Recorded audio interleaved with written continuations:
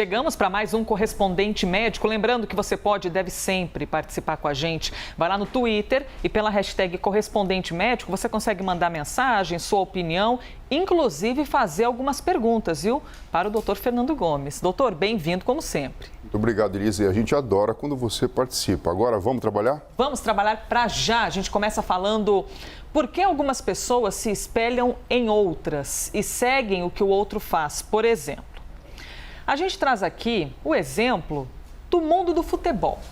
O jogador Cristiano Ronaldo, que retornou ao Manchester United da Inglaterra, está causando um certo impacto, assim digamos, na rotina dos companheiros de equipe. Pois é, você imagina que impacto seria esse? De que maneira, positiva ou negativa? Foi o que revelou o goleiro do time, Legrand, em uma entrevista à rádio Talk Sport. De acordo com o atleta, o craque português já está até influenciando na dieta dos colegas. Pois é, em um jantar do grupo, numa sexta-feira à noite, olha só, os atletas deixaram de comer a sobremesa após observarem que tinha alguém ali chamado Cristiano Ronaldo, que fez um prato meio saudável demais, entendeu? Não comeu a sobremesa e eles pensaram, bom, se o cara que é o cara e está se alimentando desse jeito e ele é esse jogador, acho que vou seguir o exemplo dele também.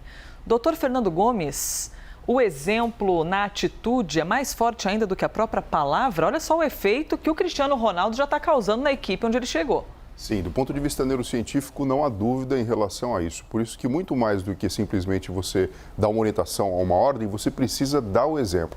E que se você ainda por cima é uma pessoa admirada ou admirável, como, por exemplo, esse excelente jogador, você pode imaginar que os companheiros que estão em volta querem trilhar o mesmo caminho. Já estão ali espertos, hein? Só olhando de canto, olha lá, ele amarra a chuteira desse jeito, ele se aquece dessa maneira. Porque, afinal de contas, você está do lado de um astro, né? Um grande atleta. É importante ver esses detalhes. Existe uma grande facilidade de o que a gente chama de lançar moda, né? E quando a gente fala de lançar moda, são os neurônios espelho que representam a vedete da neurociência nesse aspecto. Neurônios espelho estão ligados, na verdade, com a visão, com a percepção do que está acontecendo, com o movimento e com o fato de, mesmo antes de você executar um determinado movimento ou adotar um determinado comportamento, esses neurônios que estão relacionados com a sua própria programação, eles disparam, eles começam a funcionar. Então, permite que você desenvolva o aprendizado por imitação. Então, o fato de você observar e até mesmo depois reproduzir o movimento. Isso funciona muito em inteligência corporal sinestésica, como, por exemplo, uma pessoa que vai aprender a dançar. Então, antes mesmo dela ensaiar os primeiros passos, o que é orientado? Observe, escute a música e veja como as outras pessoas estão dançando. Isso se aplica também, sem sombra de dúvida, ao esporte, ao futebol, por exemplo, ou até mesmo quando você vai ensinar um residente a fazer uma cirurgia. Antes dele pegar ali no bisturi e começar a fazer o procedimento, ele observa e entre em inúmeros procedimentos antes de estar apto para, de fato, executar aquele movimento. O senhor já citou algumas vezes que isso ocorre muito com as crianças e as mães, né? As crianças e os pais.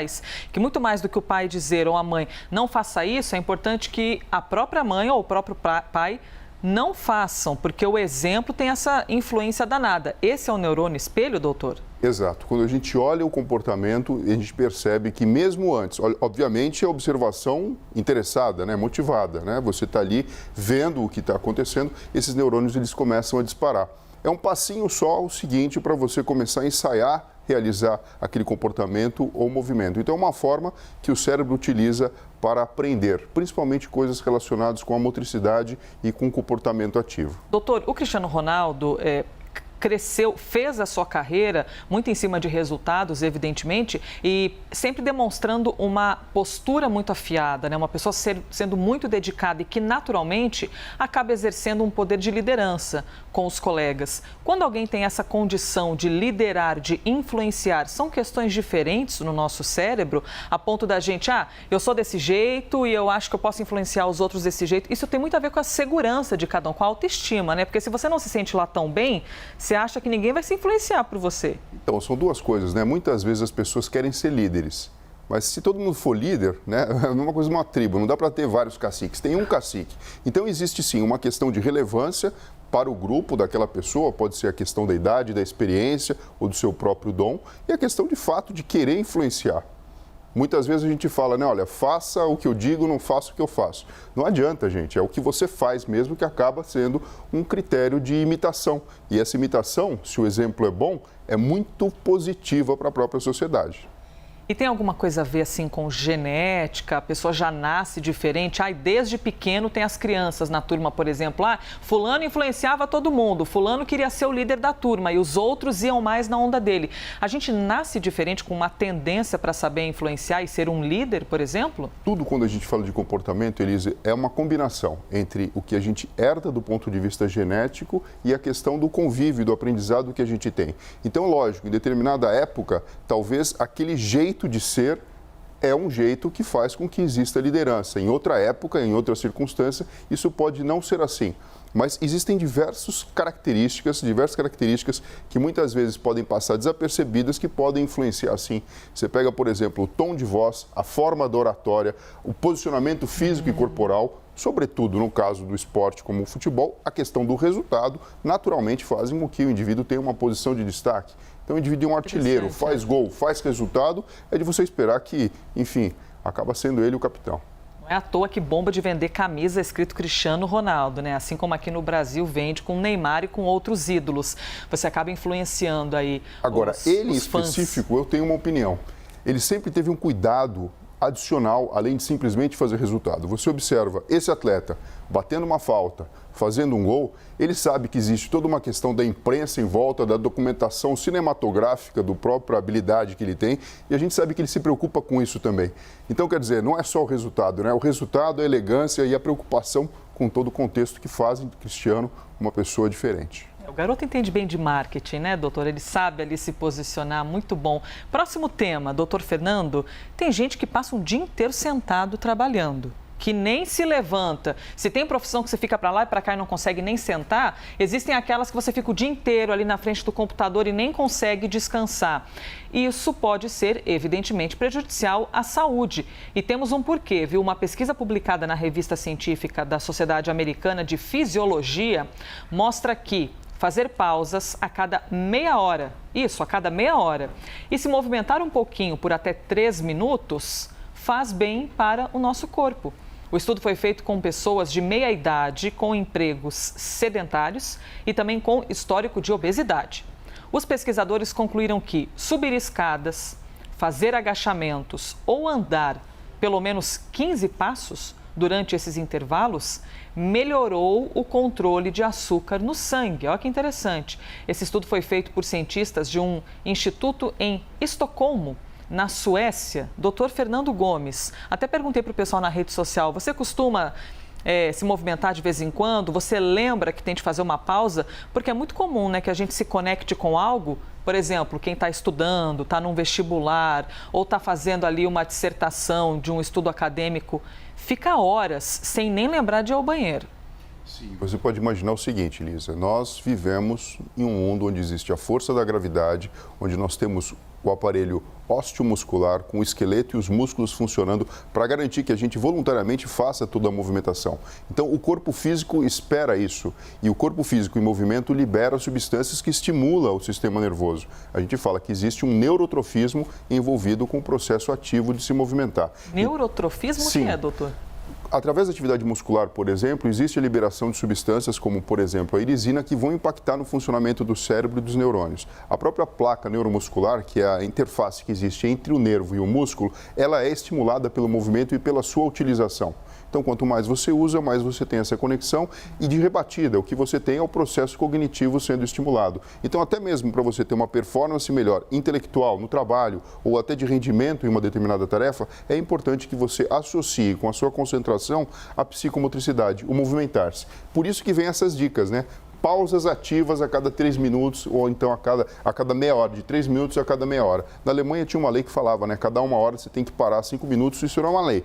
Então o indivíduo está fazendo compra no supermercado, a caixa parava ali, ficava de braço cruzado até dar o tempo, porque era uma lei para isso funcionar. Mas tem um motivo para isso acontecer e o motivo está explicado aqui do ponto de vista biológico. E são movimentos simples, Elisa. Veja, ninguém vai virar um atleta com isso. Sim, mas não é para colocar um tênis e sair correndo por aí. De forma nenhuma. Se fosse possível, seria maravilhoso. Ótimo também. Mas assim, 15 passos. passos é o suficiente para você sair daquele imobilismo e já lubrificar suas articulações, aumentar a frequência cardíaca, distrair daquilo que você está fazendo, incursionar o pulmão de uma forma diferente, conseguindo expandir toda a caixa torácica. Subir escadas, perfeito. E todo lugar tem escada, tem essa possibilidade de você realizar. Ou então agachamentos, mesmo que seja no lugar, esticando o braço para frente e fazendo movimentos de descer e subir, umas 10 ou 15 vezes já acaba sendo suficiente. Isso impacta tanto no funcionamento do corpo físico como mesmo no metabolismo, através do controle e redução do açúcar no sangue. Então, movimentar é vida, né? E a gente precisa inserir, mesmo naquelas pessoas que falam, eu tenho um trabalho muito monótono e parado. Olha lá, a gente está falando aqui, ó,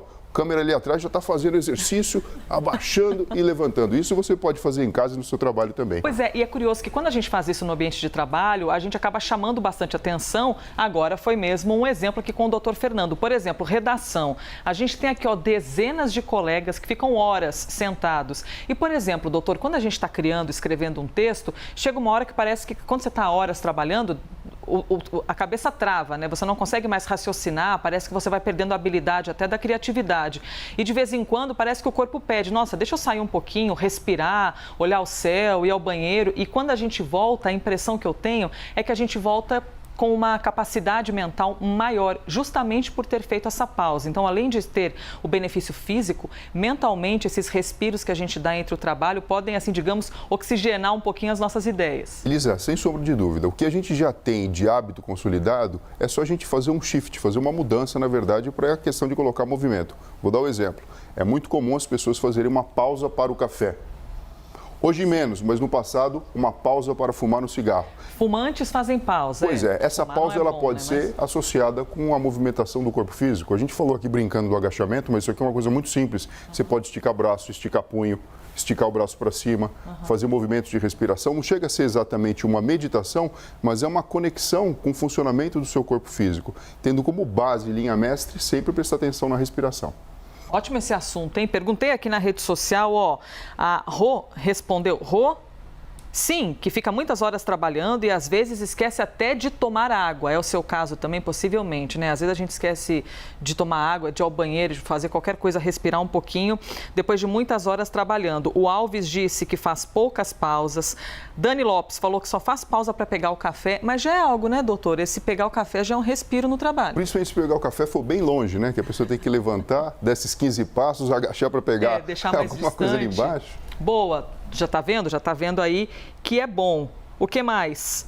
Esquece de tomar água. O Chagas falou que faz pausas porque está no home office. E isso ajuda muito. Vou pegar um café ou vou ao banheiro. Mais uma vez o café aparecendo. Então é importante, né, doutor? De repente um timer, colocar a cada meia hora para despertar alguma coisa, para você dar uma pausa. Sim, é lógico que vem um exercício na sequência, Elisa. Quando a gente faz a pausa... Não é só parar. O grande lance é conseguir voltar, porque não é uma pausa que é para você esticar esses 3 minutos, virar 6 ou virar 9, que é a mesma coisa do cochilo depois do almoço.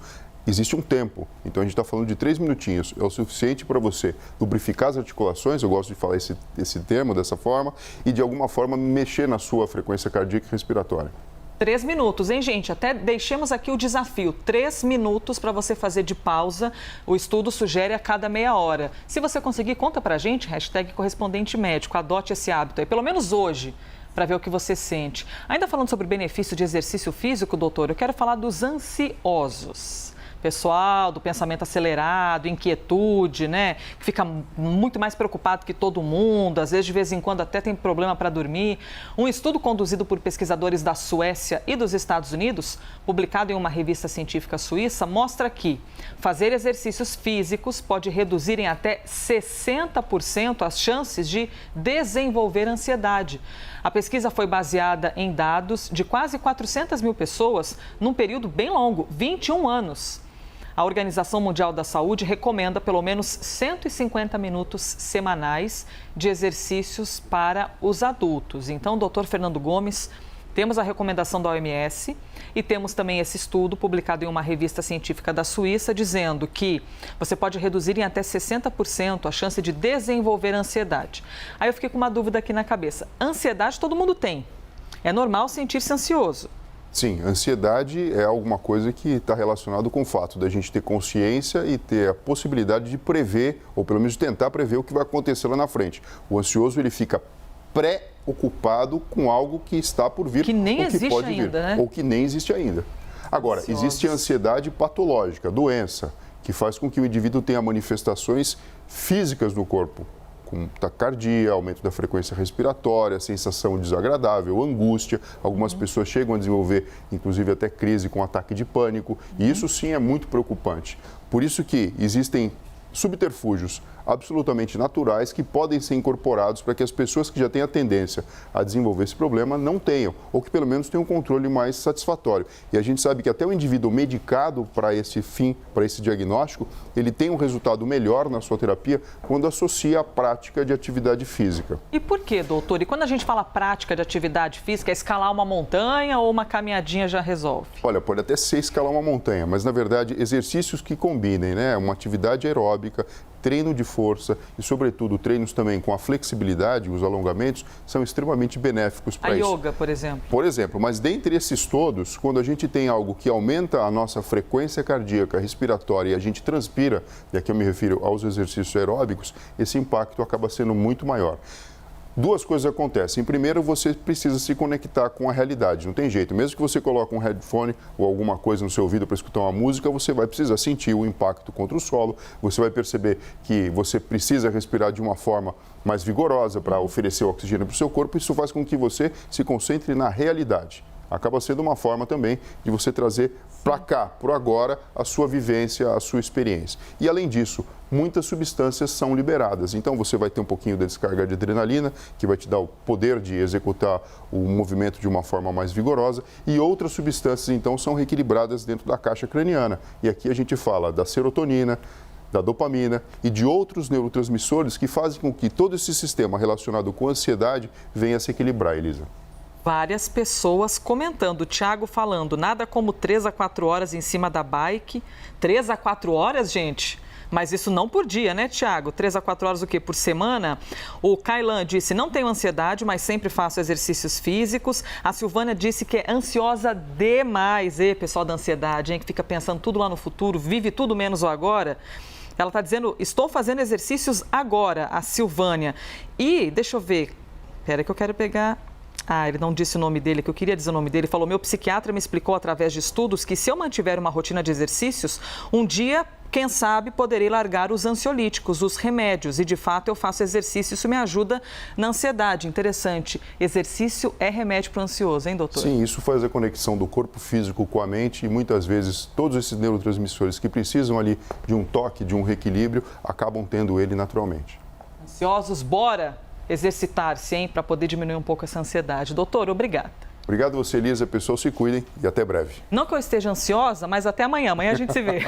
Eu vou vir correndo. Este foi mais um Correspondente Médico.